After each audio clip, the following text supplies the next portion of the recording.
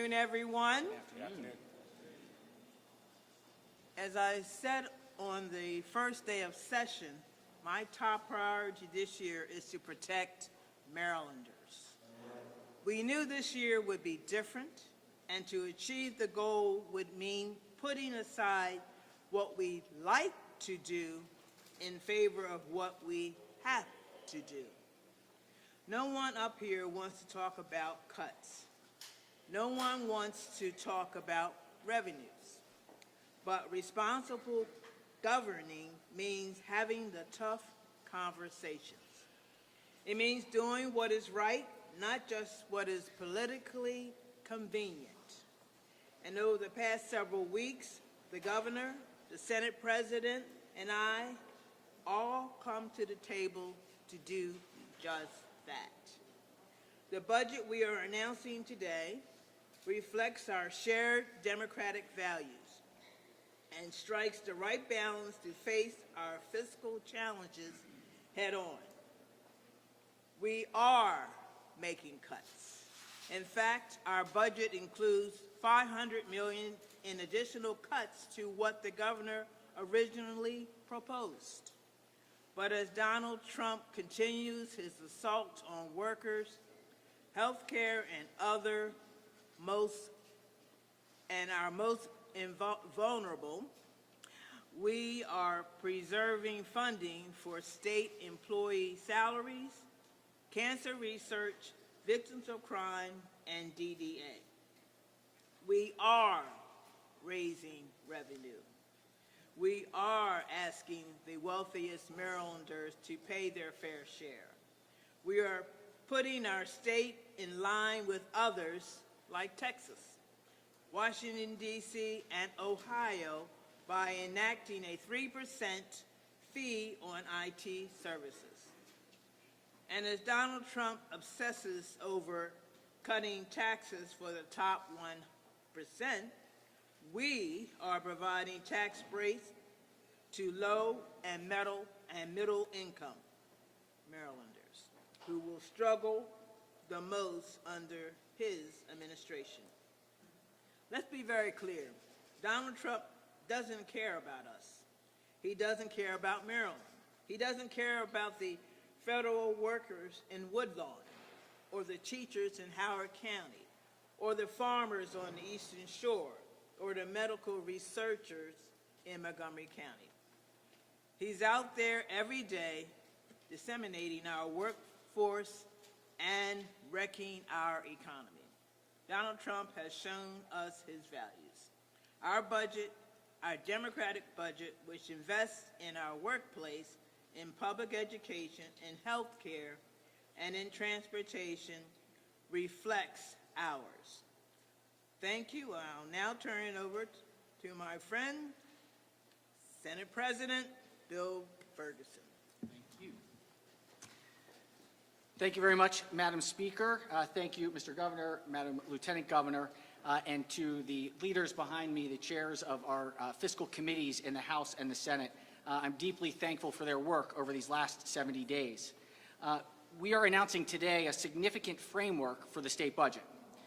Legislative leaders, along with the governor's office, have agreed to a state budget framework that strikes what I and all of us believe is the right balance between fiscal responsibility and protecting our core social safety net here in the state of Maryland. The Senate, House, and governor's teams have worked diligently over these last 70 days to put forward a budget framework that I strongly believe sets Maryland on the right path at this critical moment in time. With a potential storm looming from the federal government, we must rechart a new path for our great state that accounts for the chaos and uncertainty that we are seeing from D.C. every day. Getting here certainly has not been easy, as we don't have the full federal picture. But based on the last 2 months of the federal administration's slash and burn approach to governing, we do have a pretty good idea of what's coming later this year. The cost we may bear to the Trump administration's destruction is what I've been thinking about the most as we've had to make critical decisions on how best to balance our budget and, importantly, prepare for our future. Now, let me set a little bit of the economic picture here in Maryland. Right now, we currently rely on less than a third of our economy to provide 100% of our sales tax revenue. That no longer makes sense for our state. This budget framework includes important and responsive changes to tax policy, funding for education, and adjustments to state spending, changes that will have a net positive impact on Maryland residents and businesses alike. Let's dive into some of the key highlights. In order to achieve our revenue numbers, we had to consider many possibilities and proposals. And as we've moved through this legislative session, I have said many times that everything was on the table. Today, I want to announce that we have agreed to take a number of things off the table. We are not increasing the Maryland sales tax rate on goods. We are not adding a fee for deliveries. We are not increasing property taxes. We are not raising money from iGaming. We are not increasing the estate tax. We are not making changes to the car trade-in allowance. We are not imposing any new taxes on sugary drinks or snacks. We are not raising the gas tax. And when it comes to the sales and use tax, in broadening this growing part of our economy, we are not touching anything related to accounting, payroll, staffing, office support, employment services, consulting, design and printing, public relations and marketing, or financial services. So, you must ask, what are we doing? 45 states across this country already tax services. We are modernizing our tax code, and in doing so, we likely will be the only state in the country to tax services at half the rate of our regular sales tax on goods. Instead of increasing Maryland's sales tax rate to 7%, we are expanding it in a targeted way. And we are doing this expansion of the sales tax because of what we saw from the Trump impact of the revenue write-down of $350 million to our state's economy. This budget introduces an expansion of revenues on data and IT services at half the rate of the current rate on goods. As our economy increasingly becomes digital, this revenue expansion acknowledges the growing role of IT in our daily lives and business operations, and the use of technology to replace workers. It also acknowledges that many goods, such as software programs, are now sold at yearly or monthly services. In fact, there's an entire industry that has been created avoiding the sales tax on goods. Some call it SaaS, or software as a service, which has become a modern-day good. Now, let's talk about the personal income adjustments. We are creating a high-income tax bracket, ensuring that the wealthiest Marylanders contribute their fair share. At the same time, we are pursuing an increase in the standard deduction that will provide much-needed tax relief to everyday Marylanders. This adjustment strikes the right balance. It ensures fairness while also supports working families. Another key change is an increase in the gaming and cannabis tax rates. Maryland is aligning these rates with our neighboring states, ensuring we remain competitive while generating an additional revenue for state programs. Additionally, the budget framework includes federal government spending triggers. This is really important. This provision is designed to protect Maryland residents from potential disenrollment because of federal changes. It ensures that those who rely on federal benefits are informed, prepared, and can advocate for their continued access to essential service regardless of what happens at the federal level. Finally, we must acknowledge the tough choices that come with responsible budgeting. Under this proposal, we are cutting at least $2.3 billion to navigate economic uncertainties and the unpredictable federal landscape in both cuts and reductions. While these cuts and reductions are difficult, they are necessary to maintain fiscal stability and ensure Maryland remains on solid financial ground. At its core, this budget aims to create a fairer tax system while ensuring that essential services like education, public safety, healthcare, and infrastructure remain funded. These decisions will shape our future, and it's crucial for Marylanders to continue to receive the high level of commitment that we know and expect to protect our most vulnerable residents in this uncertain time. Thank you very much, and the mic is yours, Mr. Governor.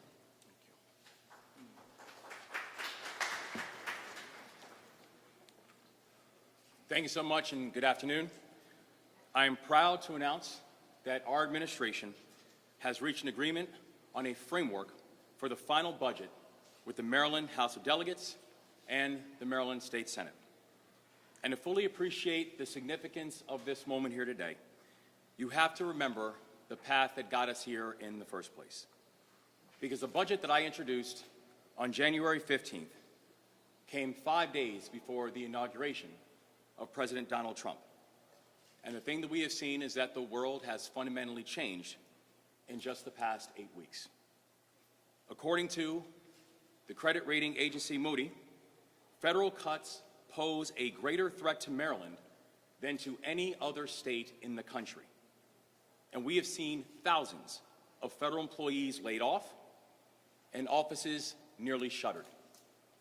The president has launched a reckless trade war with our allies, including our largest trade partners, and those tariffs could mean over a $2 billion impact on our economy and directly harm our people. We're talking about the poultry farmer in the Eastern Shore, who's now paying 25% more. We're talking about the dock worker in Baltimore, who now has less work because there's less cargo. We're talking about the restaurant owner in Western Maryland, who can't afford tomatoes or avocados or eggs, many of the basics that they rely on to keep their business going. And if we needed any more evidence that the Trump-Vance administration is a clear and present danger to our economy and to our people, just last week, President Trump announced his intention to cancel the FBI headquarters project in Prince George's County, Maryland. Maryland was selected as the best place for the FBI to meet its public safety mission. It's a project that would generate over $4 billion in economic activity for Marylanders. It's a project that would bring over 7,500 jobs. It's a project that was a decade in the making, and he canceled it by a press conference without warning, without speaking to Congress, without speaking to us as a state, simply announcing that he would not go to Maryland because, as he called it, it is a liberal state. But while we've watched dysfunction and chaos from Washington, here in Annapolis, we've been working together. We will never compromise, ever, on protecting Marylanders against any threat, no matter who makes it. And that's exactly what this budget delivers. This is a product of days and weeks and months of partnership. And I'm proud to stand with Lieutenant Governor Miller. And I want to thank Speaker Jones and President Ferguson and their staffs. And I also want to take a moment to thank Chair Atterbury, Chair Barnes, and Chair Gazzoni for their outstanding work as well. Now, at the start of session, I laid out 3 principles that our budget needs to meet. The first is that we need to reform our tax code, and we will not do it on the backs of middle-class families. The second, we need to grow the economy, and we need to diversify our economy off of Washington, and we need to make Maryland more business-friendly. And the third, we need to and we will invest in our people. And I'm proud to report that our agreement hits all 3 of those targets. To grow our economy, we need to ensure that this is the best place to start and run and build a business. And we've agreed to invest in industries of the future that will grow Maryland's economy and create jobs like cyber and quantum and AI. And we will also protect incumbent industries and sectors that is at the heart of our larger prosperity, from our ports to our trade assets. And importantly, we need to diversify our economy because we can no longer count on Washington, D.C. to sustain our economic growth. Economic development investments in the final budget will go hand in hand with the legislation that we've introduced to grow the economy. We are streamlining state programs to make them more efficient and more effective. We are cutting red tape and reforming the procurement process to help our entrepreneurs build out their ideas and help them to bring them to scale. And we are transforming Maryland into a state that is unapologetically pro-business and unapologetically pro-growth, and not just in words, but also in deeds. Because of our emphasis on growth, our biggest framework will emphasize spending cuts over tax increases to help us to close the budget gap. Together with the House and the Senate, we've agreed on a framework that includes at least an additional $500 million in targeted cuts on top of the cuts that our administration has already proposed. This is the largest amount that has been cut from a Maryland state budget in 16 years. This is what responsible governance looks like. I also want to thank the General Assembly for studying our income tax reform plan and refining it to ensure that we hit our goal of delivering tax relief to the middle class, because this was not negotiable. Under this agreement, now 94% of Marylanders will either get a tax cut or see no change in their income taxes. That is even more than was proposed in our initial proposal. 94% of Marylanders will either get a tax cut or see no change in their income taxes. For a third year in a row, there will be no increase in broad-based sales tax or state property tax. And yes, we are asking those of us who have done exceptionally well to pay slightly more, so we can have the best schools in the country, so we can support law enforcement and our firefighters, so we can make sure that we are growing our economy. We've spoken to Marylanders at all income levels about this plan, and there's consensus that if a person is making over $750,000 a year, it is reasonable to ask them to give roughly $1,800 more to help us invest in the success of our state. This budget agreement also includes a provision to add a 3% tax on IT and data services. Our plan reaches services offered by companies that will help you build your website, like Wix, and companies that help you to store information on the cloud, like Amazon Web Services. This will put us in line with other states already implementing these kinds of reforms, and by the way, both Democratic and Republican states, ranging from Texas to Washington, D.C. And this reform package will help us to bring our tax code into the 21st century. It means the majority of Marylanders can keep a little more in their pocket, even as we here in Annapolis tighten our belts. So the White House cuts taxes for the rich and burdens everyone else with high prices. Here in Maryland, we're showing there's another way. While President Trump and Elon Musk gut programs like Social Security and Medicaid, here in Maryland, we are showing there is a better way. And if you take away only 3 things about our plan, it should be this: we are providing key investments that grow and diversify our economy. Together, we are ensuring that 94% of Marylanders will get a tax cut or see no changes in their income taxes at all. And together, we are turning a $3+ billion deficit into a cash surplus, all while still preserving 8% in the rainy day fund, which, by the way, is above the recommended amount. This is what good governance looks like. This agreement is common sense, it is responsible, and it hits every requirement that we laid out at the start of session. If we said it, we meant it. And most importantly, it puts us on stable footing to move towards the future. Now, these are not simple decisions. Maryland needed to fix its business model. And I refuse to be a chief executive who simply watches problems get worse. We solve problems here, and we do not run away from them. We also needed to contend with the fact that Maryland no longer has a stable partner in Washington, and one who has our best interests at heart.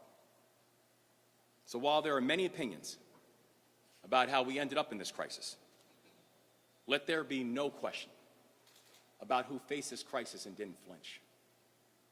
Because this team has met this moment of crisis with courage. This framework will inform the final budget, and the final bill that goes from the House to the Senate, and I look forward to signing it when it makes it to my desk. We know we have more work to do before sine die, but together, today, we celebrate a very important step forward in securing Maryland's long-term fiscal health. We now look forward to taking a few of your questions. Governor Moore, you said that this plan turns the deficit into a surplus. What is that surplus with this framework? Well, we're still working through the final numbers, but the thing that we know is that when we came on board, not only did we have a $3+ billion structural deficit, which had been predicted literally since 2017, we knew that there was no way that we were just going to kick the can down the road. And so by making responsible investments and also responsible cuts, we know that we have addressed that situation of that structural deficit. And then when the bill is completed now, we'll not only work to be able to address that structural, turn to a structural surplus, but also right now this bill has a little over $300 million in a cash surplus that's already in the proposal as the final numbers are coming out.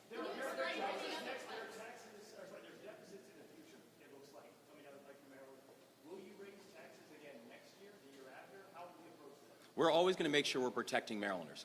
And I've said before, I have a very, very high bar when it comes to how we're going to think about taxes. But I also know this, tax reform is incredibly important, and the tax reform that we are offering right now becomes incredibly important. It puts us along further lines with other states, as we mentioned before, but also what it does is it allows us to be able to say that we can have a responsible budgeting process when we're working together that helps to address the long-term needs and the hopes for the people of this state. Setting aside the people who will have no impact on their tax bill, what percentage of Marylanders will see a tax cut under this plan, and what is the average cut that people can expect to see? Yeah, so we're working through all the final details and the final numbers now, but the thing that we can say is that 94% of Marylanders will either see a tax cut or see no changes in their income tax at all. Regarding data services tax, two questions. One, do you have an expectation for how much revenue it's supposed to bring in? And two, is it possible that tax could apply to people's cell phone bills, which obviously includes data services? No, we're still working through all the final details right now, but the thing that we know was that we were not going to put the pressure, the additional financial pressure on middle-class families. That was something that became very important to us as we were working through it. And we've actually been working with a lot of the entities, especially even some of the entities who are going to have to pay a little bit more due to the data and IT attacks, and who also understand that as our economy has continued to evolve and as our economy has continued to change, that there is a need for people who are the main beneficiaries of that changing economy to be able to also pay a fair share. We're going to go to Brian, and then we're going to open up for questions from the chair. Governor, there's been some discussion about making changes to the excise tax on car sales. Can you tell me if that made it into this final framework, and if so, what will be the new excise tax amount? Yeah. So again, another detail that we're still working through. The thing that we know is, I think the Senate President actually highlighted some of those items before about what will not make it through. We're still making the final details about which items specifically, when it comes to car trade-ins, did not make it in. Hey guys, the governor will ask more questions, but we're going to turn it over to the chairs for a couple of questions right here. That's fine. Chair Gizon, or Chair Barnes, you have the budget. You're voting it out of committee today. I know that there were questions about the funding for the DDA in fiscal year 2026. Have those been restored? They have, and it's one of the points I think everyone here is most proud of. And I want to give a shout out to particularly Chair Gizon, who's worked on these issues for a decade.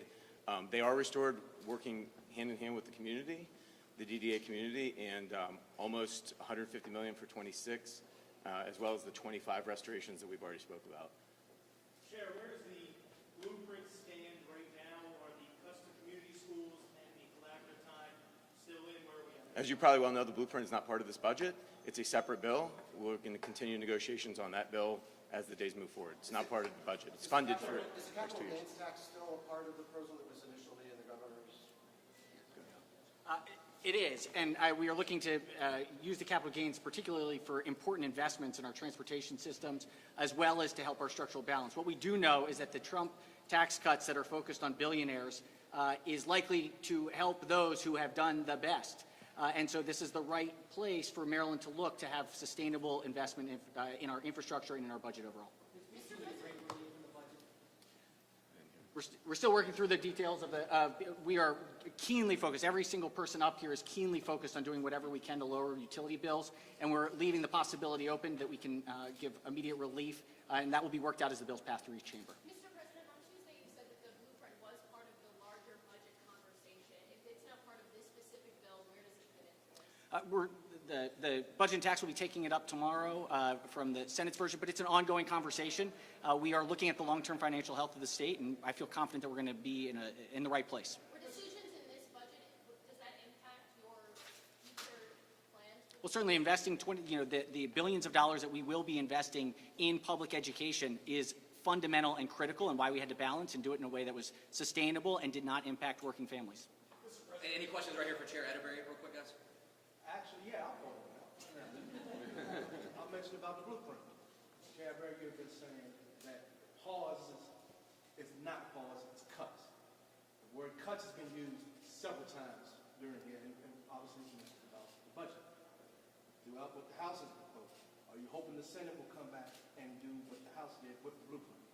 So I think, first I want to thank the governor and his team, and I want to thank the presiding officers for reaching an agreement on the budget that was just announced and the revenues, because, that is tough decisions. These were all tough choices, and we were all elected to be here and to make the hard choices. And so I want to say thank you to all of them for coming together and working together. To your specific question, I'm just going to follow up and say the blueprint is part of ongoing negotiations. The Senate hasn't heard what we did yet. I think Chair Barnes and I have been pretty clear about where we stand and where the House stands in terms of the blueprint and protecting those that are most vulnerable, particularly those in community schools. So we'll see what the Senate does, and we'll link up with them and negotiate that in the days to come. Chairwoman, We got time for two more, General. Chairwoman, does the budget include funding for thousands of settlements for potential child sex abuse cases? Yesterday, folks from Alley, where is that? It does not. How is the state going to It's do still, You want to take? it's still a product of very complex negotiations, settlement negotiations with victims, and so I think we are monitoring those settlement negotiations very closely. We're going to go to the last question, Mackenzie, right here. You talk about bringing taxes into line with the other states, but anyone can ask if you'd like to. You talk about bringing it into line, but the question I would have for you is, what would separate you to make you attractive to businesses to come to Maryland if now it's on the level of every other state? Well, I'd say the thing that would attract businesses to come to the state of Maryland is not just the fact that we have a tax code that is aligned with other states. Because frankly, that's not how businesses are going to make their decisions. Businesses are going to make their decisions based on what state is creating the best climate for them. What state is doing things like procurement reforms and regulatory reforms and permitting reforms and making it easier for businesses to come and grow in the state of Maryland like we are doing here in the state of Maryland. What state is doing things like investing in education and making sure that you have an educated workforce and a strong pipeline like we are doing here in the state of Maryland? What state is making sure you're investing in transportation that's able to get people from where they live to where they work, like we are doing here in the state of Maryland? What state has the greatest ecosystem for the new industries and technologies of the future, like life sciences, like IT, like aerospace and defense, like we have here in the state of Maryland? And so not only does this package make it more competitive for business when you're looking at a taxation basis and coming up with incentives for business to be able to come and grow in Maryland, it's also about all the other things that Maryland offers. And it's the reason why we have had such great and productive conversations with business leaders all over the country who, if they're not already here, they know they are getting phone calls about coming to the state of Maryland. It's the reason that we just announced just recently that, looking at the most recent job numbers, that we have gained more jobs in this administration in 2 years than the last administration gained in 8. And that was driven by the private sector.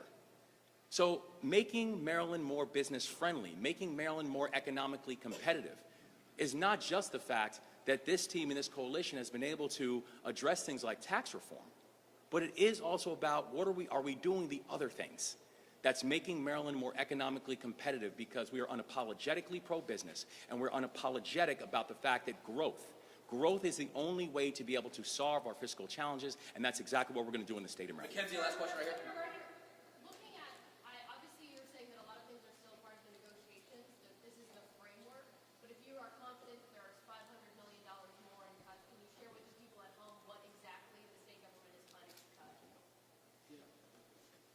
I mean, sure. I would say, the agreement includes at least this amount in cuts. He still has to go through all the committees and through each of our chambers.